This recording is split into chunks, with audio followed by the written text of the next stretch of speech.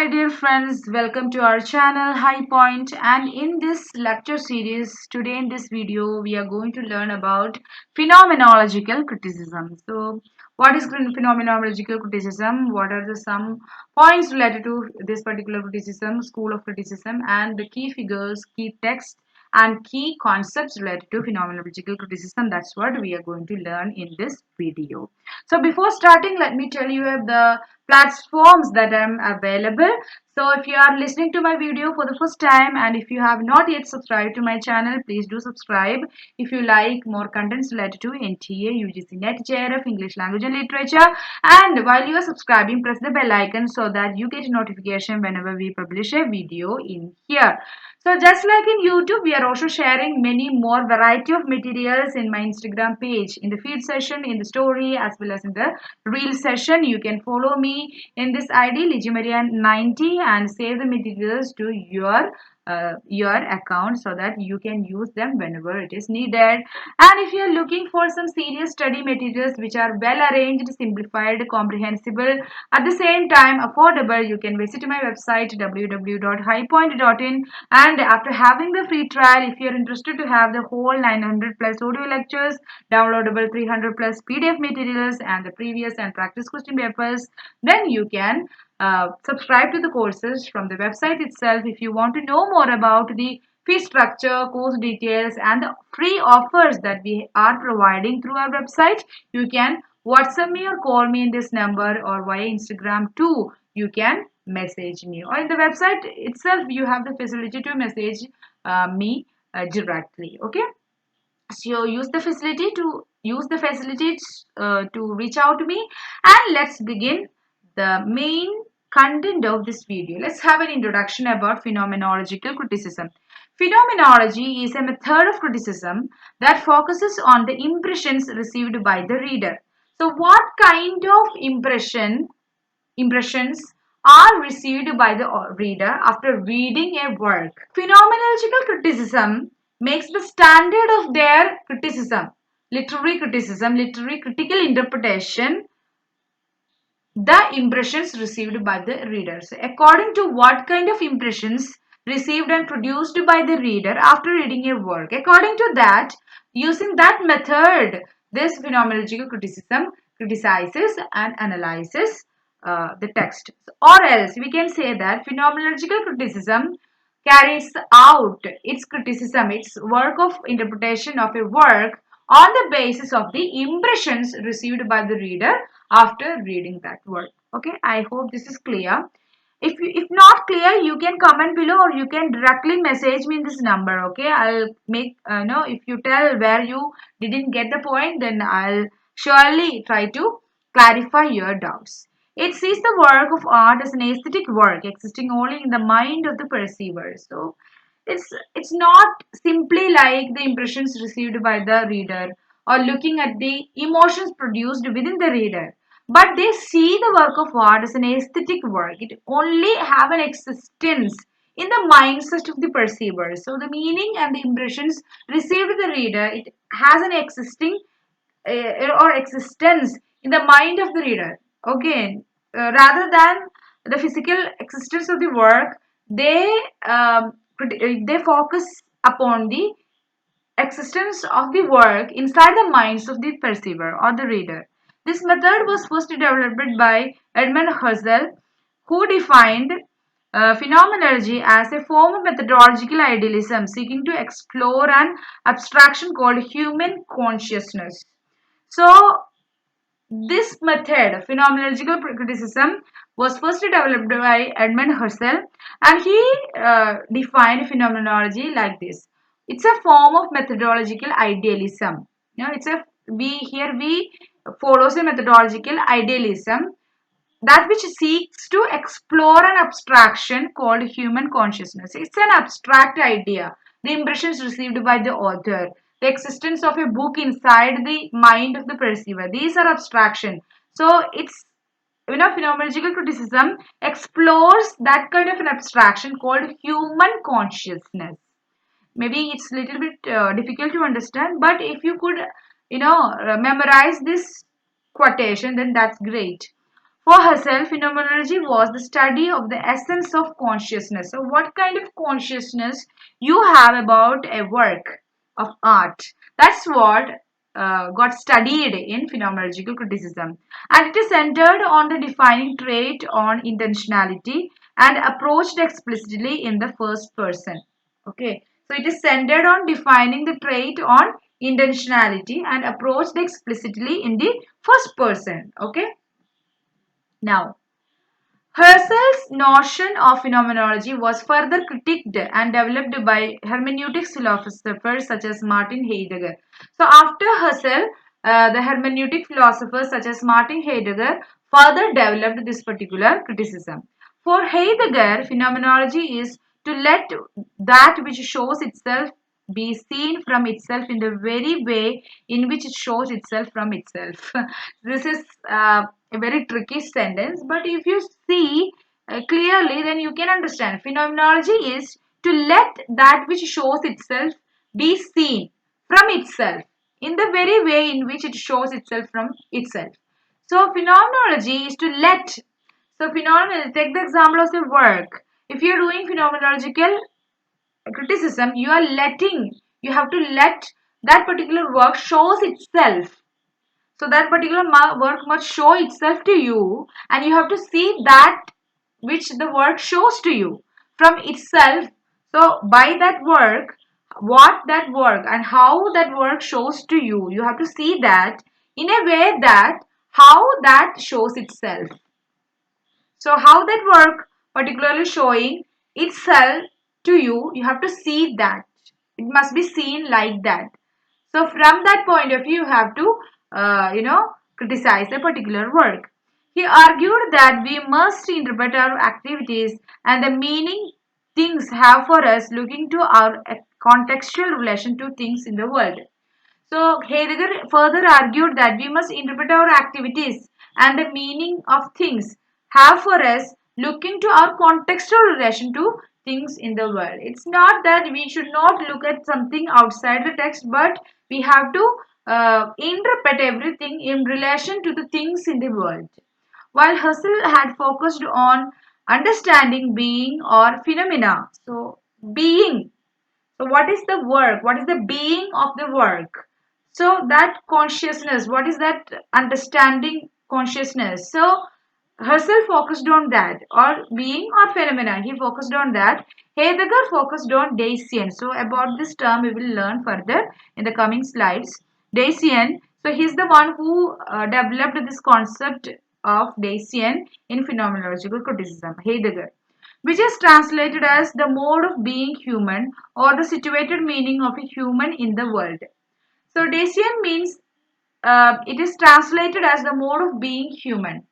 The way you are being a human in this world, or it is a situated meaning of a human in the world. So you happen to be a human and you are situated in this world. So your situated meaning of as a human in this world. So that is Dacian. So we will discuss about it later. It was manifested in the Geneva School of Critics, Georges Perlet, Marcel Raymond, Albert Bigham, I.H. Miller, etc. So these people, these critics also involved in this particular school known as phenomenological criticism. These critics, also known as the critics of consciousness, argued that the function of the reader is to enter into the consciousness of the author and to reproduce that consciousness in critical writing. Okay, so they mainly, like I said, they thought about the intentions while criticizing a work and find out meaning in connection to the things of outside world. So these critics, they are also known as critics of consciousness. They argued that what is the function of the reader? Function of the reader is to enter into the consciousness of the author is a human being. So you have to, as a reader, you have to enter into the consciousness of the author, and you have to try to reproduce that consciousness in critical writing. It's not clearly the intention, but what, you know, keeping what consciousness the author wrote this particular piece of art. That's what you have to search while reading a work of art. Okay, that's they are saying. Now, Let's see key terms. The first one is Dasein. So it's a German term and it was introduced by Martin Heidegger, which literally means being there or being in the world. So as a human being, you are situated in this world, and how you are perceiving things, how you are making out meanings, how you are being in this world. So it's about being the phenomena, and Dasein means being in the world. Heidegger, in his Being and Time, stated that what is distinctive about a human being is its Dasein. So there are many animals present in this world, but human beings are totally different from all of them. And how that is distinct, and how what are the distinctive qualities of human being as a being in on this earth. So that distinction is Dacian. Thus presence, that being is Dacian. So that's what he referred in this word Dacian. So he comes up with this term in his work Being and Time. A human being cannot be taken into account except as being existing in the middle of the world amongst other things. So a human being cannot be taken into account except as being existent in the middle of the world amongst other things. Okay. So there are many things inside this world, existing inside this world, but you cannot take account of human beings existence, just like you take account of existence of other things. According to Roderick Munday, Dasein can be defined as an entity that is conscious of the meaning of its own existence. So human beings are not like any other animals, any other birds, any other creatures present, living or dead, present in this earth. Like, so it's an entity. Dasein is an entity which is a quality of human being that who knows its own existence. Human beings are well aware about their history, their existence, and they somewhat expect what is going to happen in the future. Okay, so they have a meaning about its own existence. So that is what it is. They have an understanding. Human race, human beings, they have an understanding of their own existence, and they know that they are the beings on this earth. So that's what Dacian all about. And Roderick Munde is the one who came up with this definition of Dacian. Now, second one is intentionality. The second concept related to phenomenological criticism is intentionality. According to Alex Scott, Husserl described consciousness as intentional insofar as it refers to or is directed at an object. So what Alex Scott says, that he again says what Husserl said. So consciousness as intentional. Husserl described consciousness as intentional insofar as it refers to. So he made it synonymous with consciousness as intentional, and it is, if that intention is directed to an object, you can refer consciousness as intentional. Intentionality is a property of directness towards an object. So whenever you have, something, there is an intention in everything whatever you are doing. So it's a property. Intentionality is a property which is directed towards an object. Consciousness may have intentional and non-intentional phases, but intentionality is the property that gives consciousness its objective meaning. Objective means you have many things in your consciousness. You have intentional and non-intentional phases in your consciousness. But intentionality, the things that you have intentions, that is the property. So intentionality about a thing, about an object, that is the thing. That intentionality is a property that gives consciousness its objective meaning. That means if you are intended to, if you are aiming at something in your consciousness, that intentionality, that intention is the property that gives your consciousness its objective meaning. Okay. Now, do remember Dacian and intentionality as two major concepts of phenomenological criticism. Now, let's see key figures associated to phenomenological criticism. Edmund Husserl, Martin Heidegger, Marcel Raymond, George Polet, Maurice Merleau-Ponty, then Paul Rooker, J. H. Miller, J. Hillis Miller. So, these are the key figures. I'll read the key figures again. Read along with me. Edmund Husserl, Martin Heidegger, Marcel Raymond, George Polet, Maurice Merleau-Ponty, Paul Rooker, H. J. Hillis Miller.